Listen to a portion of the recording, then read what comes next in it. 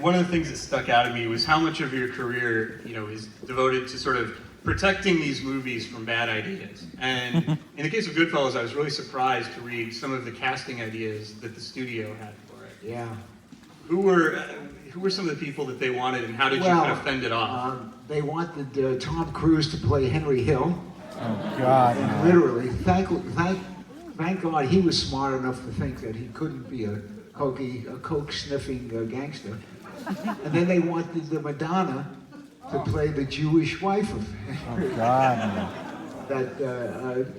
But that it goes two ways. Actually, Ray Liotta probably is the perfect Henry Hill, and I didn't want Ray Liotta. I kept saying to Marty Scorsese, let's get somebody else. There should be somebody better out there. And Marty kept insisting, and I kept putting it off. And one day, my wife and I having dinner out in Santa Monica at a restaurant, and Ray Liotta, strange enough, was at another table. And he came over to me, he says, could I talk to you outside? And that sounded kind of ominous right away. So I walked out with him, and in about 10 minutes, he convinced me why he could play Henry Hill.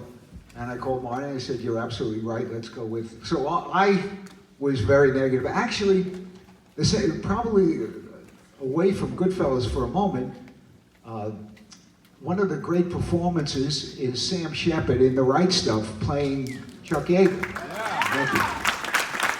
And I didn't want him either, by the way. So, should we go through all the mistakes I've made? Probably, I'll tell you, can I tell you the best one? I think I know which one it's going to be. I bought a book back in the 70s called The Gang That Couldn't Shoot Straight, written by the Pulitzer Prize winning writer Jimmy Breslin. And it was about a group of Brooklyn gangsters who really screw up everything they do. And we had a script written by Waldo Salt, who had just won the Academy Award for Midnight Cowboy. And we went now looking for a director, and I got a call from an agent who said, would you consider Francis Ford Coppola to direct The Gang That Couldn't Shoot Straight? So I said, well, let me check, and I looked at Francis Coppola's previous two movies. One was Finian's Rainbow, a musical with Fred Astaire, and another was You're a Big Boy Now. And I called the agent and said, let me ask you a question. Why in the world would you think that Francis Coppola could direct a gangster movie? Oh, no. So, by the way, and the star of The Gang That Couldn't Shoot Straight was Al Pacino. And Al Pacino, while we were in rehearsal, got a call and left. He said to me, look, I know I'm supposed to do your picture, but I gotta tell you, I just got an offer to do The Godfather with Francis Coppola. So that added insult to injury. Well, the casting Goodfellas, I mean, you can't imagine anyone else in it now, but at the time, Liotta had only done, Something Wild and Dominic and Jane, a few other things. I mean, he wasn't a huge star. Was there trepidation on the part of the studio of him anchoring this big movie? Well, part of it is the studio really were weighing the course of the picture against the cast. So they really didn't want to greenlight the movie until they didn't think that Joe Pesci and Ray Liotta were enough to balance the budget cost of the film. So we had to promise them we would get a star, and then Bob De Niro came aboard, and then it was easy. And was it a movie, it's a very rough movie in a lot of ways. Was the studio behind the movie, or was it something they were kind of wary of? I mean, I've heard that it was a legendarily terrible test screening that you guys had. Well, they kind of wanted to be in business with Marty, with Scorsese, and they liked the book, but they were worried, as I say, about the budget. And they weren't completely wrong, because I got to tell you, we finished the movie, we went for a preview in Encino.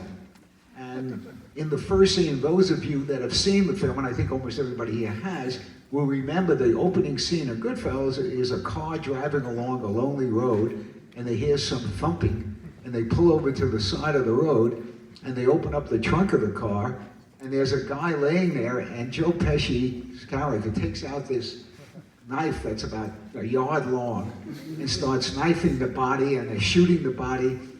At that scene, 42 people in Encino Theater, walked out and were disgusted about the whole idea of the movie. And by the time the movie was finished showing in that theater, the only people that were remaining were a few of the Warner Brothers executives. Most of them left too.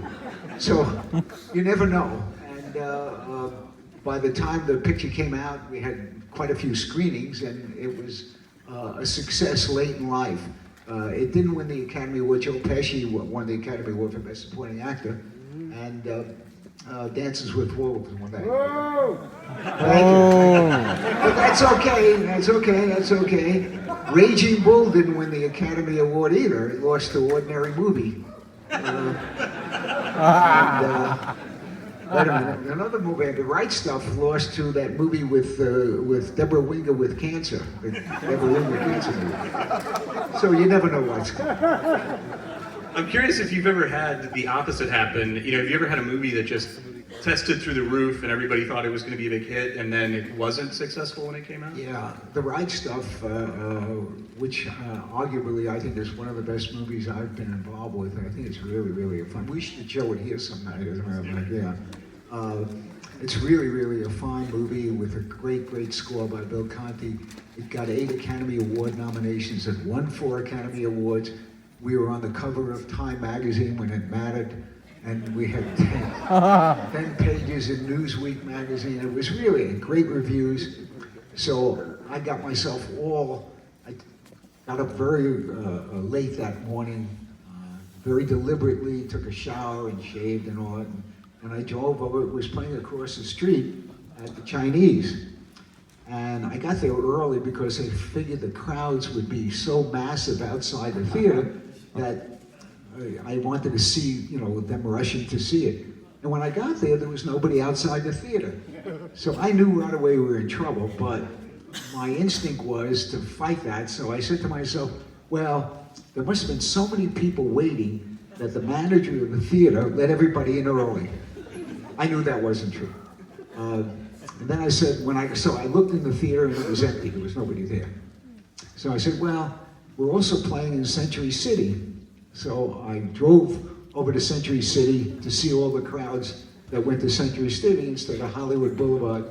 There was nobody in Century City. So now I'm in this deep, deep depression. And that night, my son Adam, who was going to Beverly Hills High, which is right across the street from the theater in Century City, he said, Dad, he said, a strange thing happened.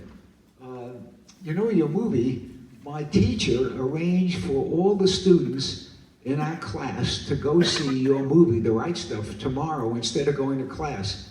I said, well, that's really nice of her. That's really, really good. He said, yeah, but nobody signed up. So I said, you mean to say they'd rather sit in class than go to see the movie? He said, yeah. So I knew that. So you never know which ones are going to work. Well, I guess that leads me to my last question before we start the movie, which is, on a movie like Goodfellas, maybe this is a dumb question, but I'm just curious, is there a point when you were making that movie when you knew you had something special? Because I think it's virtually a perfect movie, and obviously we've got it over 25 years later, people still want to come and watch it on the big screen. Did you know what you had at the time? The scene with Joe Pesci saying, you think I'm funny, for me was really the landmark part of the film. Because, by the way, it wasn't in Pileggi's script, and it wasn't in his book. Joe Pesci had heard the story, told it to Marty, and they rehearsed it. And when they did it, and we were in a location in Manhattan on 46th Street and Broadway, and you knew there was magic going on. As a matter of fact, that was the day that the head of Warner Brothers came to visit the set. And he looked at me and he said, what is this scene these guys are doing there? He said, I don't remember that from the script.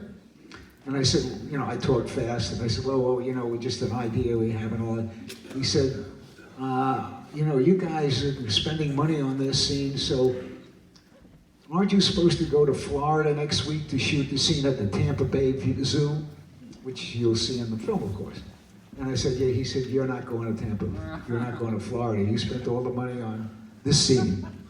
So we ended up shooting the scene that you're going to see at the Tampa Bay Zoo in Queens, Long Island. We shot it at night with a lot of greenery and used the old trick. It says Tampa Bay Zoo, and everybody said fine. But seeing that particular scene, I knew we really had something special. Really, really had something special.